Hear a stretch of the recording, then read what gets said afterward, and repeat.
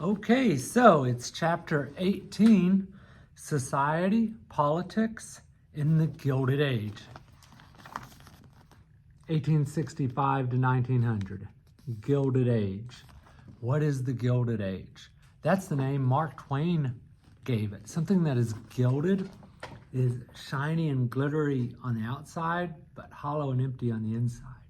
So imagine in the late 1800s, you approach New York City or Chicago or any of the industrial cities. You have this industrialization, you've got factories and everything else. But then you also have Thomas Edison has turned the lights on, right? And Nikola Tesla has made that possible. So at night, it's all lit up. And then there's skyscrapers being built because elevators have been created and steel has been improved. And so the cities are being transformed and there's trolleys running everywhere and everything like that. It's much more crowded and everything. And you look from a distance and it's like, wow, look at all that unimaginable wealth that has been created by the second industrial revolution and new technologies. The telephone's going to come along, and later you're going to get the automobile, and you've got trains that's connecting the country and commerce all together. So you have all of that. So Mark Twain refers it to the Gilded Age, but it's gilded because it's shiny and glittery on the outside, but go down deep inside of the city and look what you see. You see filth.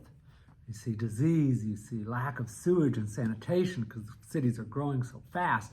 And you see income disparity, great disparity.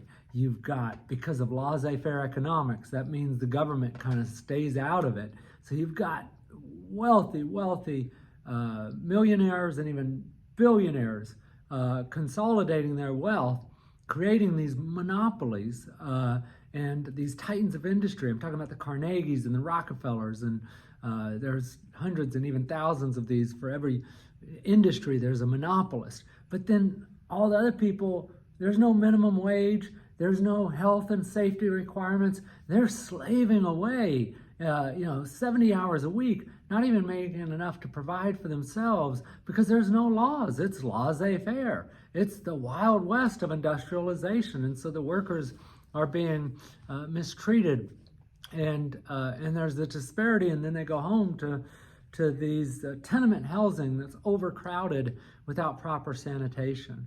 And so later, as you'll see, we're going to get to it, the government's going to be like, we got to do something, or more importantly, we the people are going to demand of our government that they step in and do something. But that's a later and ahead. But that's the Gilded Age. And that's kind of what it's about from 1865 to 1900. And it discusses that. And then you've got more and more people coming. There's pull factors. The pull factors are all these factories.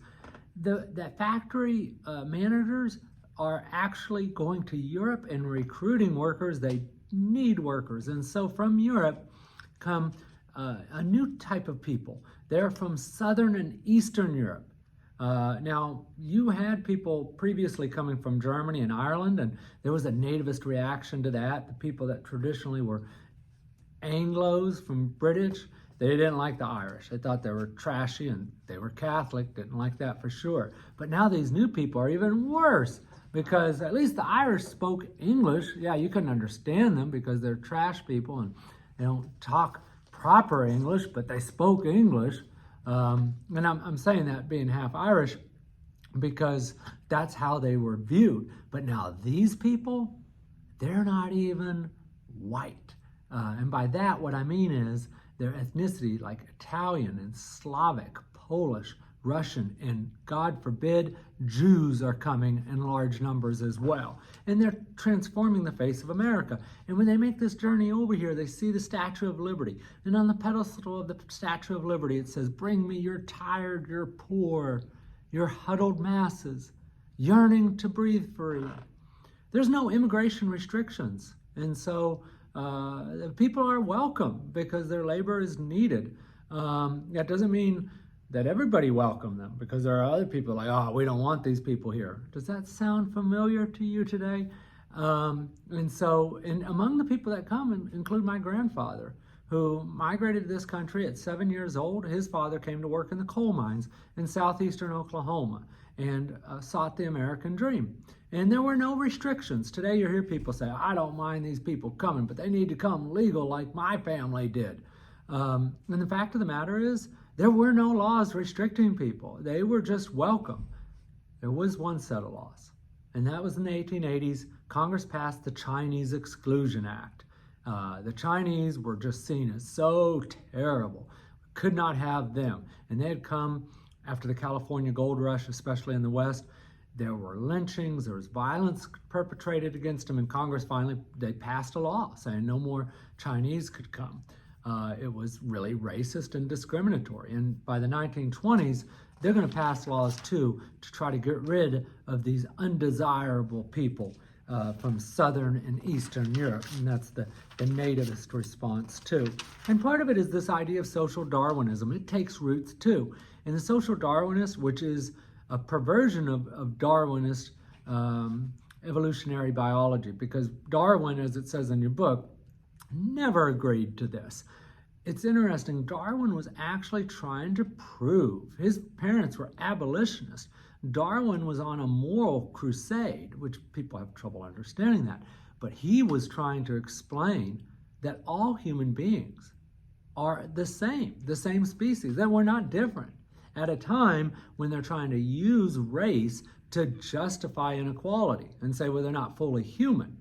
Well, that is used also with these new immigrant groups and Jewish people and others. And social Darwinists are like, oh yeah, see, like in the natural world, you have survival of the fittest, even though that's not what Darwin was saying. It's more complicated, natural selection. They're saying that's what you have in the human world too. And these new people, they're having too many babies. And if they keep having these babies, they're going to outnumber the superior Anglo people. And there even begins a eugenics program in this country where women, predominantly minorities, are forcibly sterilized against their will, kept from having children. And by the way, someone who really buys into this and follows that example is Adolf Hitler, if that sounds familiar to you. So that's coming later as well. So just some of the things that you see as we go through here. There's a lot in this chapter about presidential politics and corruption and scandal. One president, Grover Cleveland, has a baby out of wedlock, blah, blah, blah, and farmers and things like that. And I say blah, blah, blah. It's interesting and it's important. And so I'll let you read and answer the questions about that on your test. But those are the important points that I wanted to highlight about this time period known as the Gilded Age. So that's what's going on in the United States at this time. Next week, we're going to look at what's going on overseas with regards to the United States, because we're going to get big time involved in global affairs. And once we do that, we never look back. So that's what's coming next week. Thanks, guys. Email me if you have any questions.